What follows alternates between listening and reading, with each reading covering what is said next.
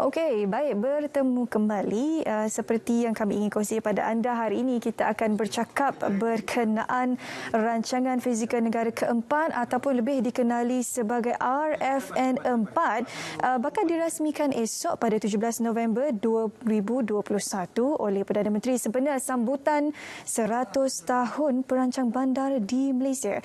Jadi kita ingin mengetahui dengan lebih lanjut sebenarnya bagaimana RFN4 ini boleh diterjemahkan melalui pendekatan daripada WKB 2030, Wawasan Kemakmuran Bersama 2030. Jadi saya ingin menjemput seorang tetamu pada pagi ini untuk kita bercakap dengan lebih lanjut berkenaan RFN4 ini. Dipersilakan Yang Berbahagia Datuk Tuan Pelanar Muhammad Faizal bin Hamzah selaku Timbalan Ketua Pengarah Perancangan Plan Malaysia, Kementerian Perumahan dan Kerajaan Tempatan.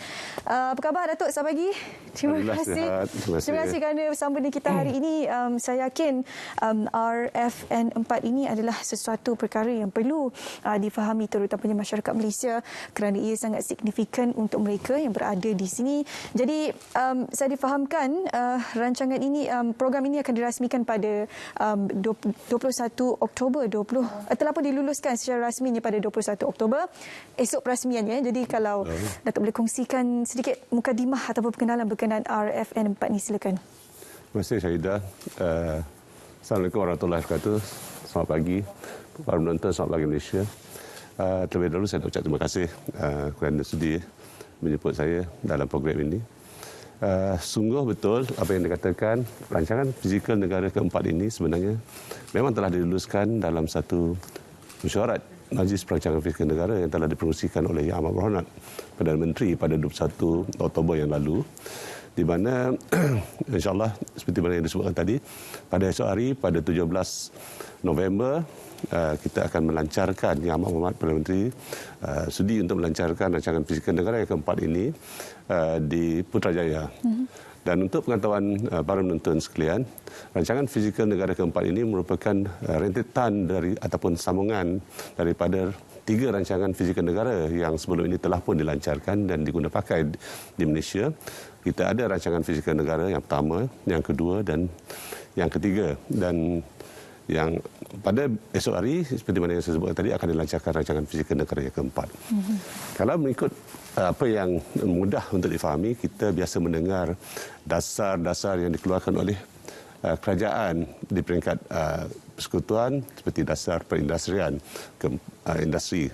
Lepas tu kita ada dasar pertanian, kita ada dasar perbandaran, kita ada dasar perancangan fizikal desa negara dan banyak dasar. Selain daripada kita juga turut ada rancangan Malaysia 5 tahun.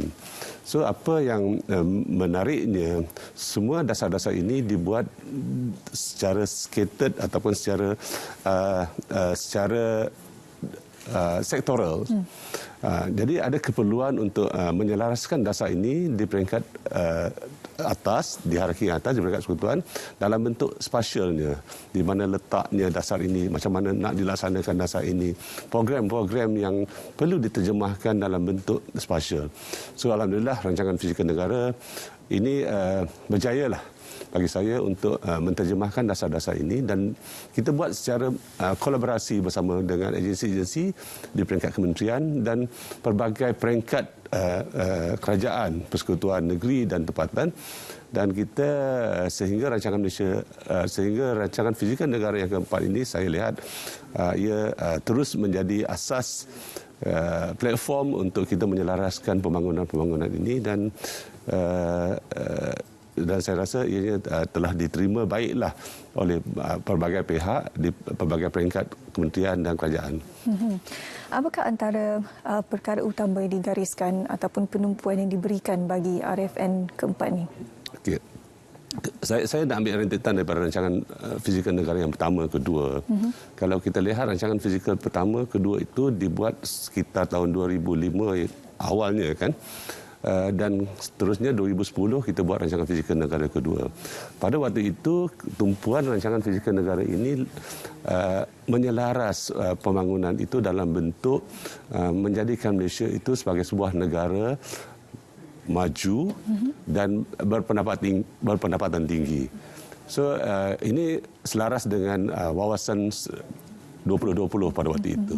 Dan seterusnya rancangan fizikal negara yang ketiga masih lagi meneruskan hasrat ini dengan setiap kali rancangan fizikal negara itu dibuat setiap 5 tahun kita buat rancangan fizikal negara ini selaras dengan rancangan Malaysia 5 tahun, kita akan melihat semula apakah pencapaian sebelum ini dan di mana yang perlu dan yang sesuai kita akan revise semula dasar-dasar strategi serta cadangan-cadangan yang boleh menambah baik ataupun yang tidak lagi relevan, kita akan tengok bagaimana dasar-dasar ini harus ditambah baik. Dan alhamdulillah bila rancangan Malaysia rancangan fizikal negara yang keempat ini dibuat, kita melihat kita masih lagi meneruskan hasrat dan inspirasi rancangan fizikal negara yang terdahulu dan kita masih lagi melihat apakah strategi-strategi yang perlu ditambah baik.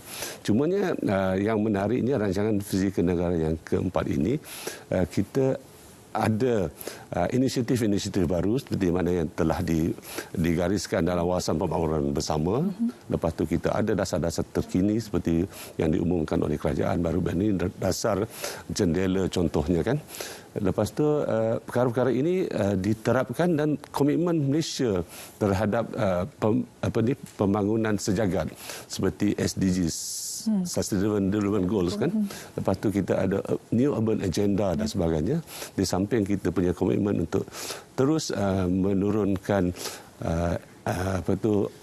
carbon emissions kita kan pada itu, dan ini semuanya diterapkan diolah bersama dengan agensi-agensi dan kementerian-kementerian yang berkaitan untuk dijadikan satu asas pembangunan di peringkat negara. Dan alhamdulillah saya rasa rancangan fizikal negara yang keempat ini dengan teras untuk menjadikan Malaysia terus makmur, berdaya huni dan sejahtera itu akan boleh dicapai. Dan kalau dilihat kandungan itu, kita ada 3 teras pembangunan dengan 11 hala tuju strategi dan 39 strategi di samping 120 programs yang merentasi pelbagai kementerian dan melibatkan pelbagai peringkat kerajaan sama ada persekutuan negeri dan tempatan. Dan saya lihat dengan adanya program sebegini dengan kolaborasi bersama dengan agensi dan peringkat-peringkat kerajaan ini, kita sangat yakin bahawa hasrat untuk kerajaan untuk membangunkan negara ini ke arah negara yang makmur, sejahtera dan berdaya huni itu memang akan dapat dicapai. Dan pastinya dalam konteks pembangunan mampan itu yang sebenarnya yang ingin dicapai di bawah RFN keempat ini, tapi memerlukan kerjasama antara pihak kerajaan persekutuan dan juga pihak kerajaan negeri. Jadi apakah perkara yang dilakukan untuk memastikan kerjasama ini sentiasa terjalin dengan harmoni untuk memastikan ataupun menterjemahkan pembangunan yang mampan ini? Kita sebenarnya dalam sistem perancangan di Malaysia ini kita amalkan secara rundingan, di mana kalau kita lihat sistem perancangan Malaysia ini, kita ada berbagai hierarki. Kita di peringkat kerajaan persekutuan, nasihat-nasihat perancangan ini diberi dalam konteks ataupun di peringkat Majlis Perancangan Fizikal Negara. Dan di mana dalam keadaan-keadaan yang memerlukan nasihat ataupun rundingan ini, maka Majlis Perancangan Fizikal Negara akan memberi nasihat untuk bagaimana penterjemahan ataupun rancangan fizikal negara ini harus sentiasa dirujuk dan diguna pakai kan. So jadi di peringkat kerajaan negeri, nasihat-nasihat ini akan diterjemahkan secara lebih mendalam ataupun terperinci di dalam konteks penyediaan rancangan struktur negeri dan rancangan tempatan di peringkat daerah dan sebagainya. Jadi mungkin sedikit harapan dan juga aspirasi daripada Datuk sendiri bagi memastikan RFN 4 ini dapat membantu merancangkan pembangunan negara. Saya melihat kami di Plan Malaysia melihat yang pertamanya kerjasama erat di antara kerajaan negeri dan di kerajaan persekutuan itu harus sentiasa dipereratkan kan. Yang keduanya ialah pemahaman di antara agensi-agensi untuk menjadikan dokumen rancangan fizikal negara ini sebagai satu-satunya dokumen rujukan yang dibuat.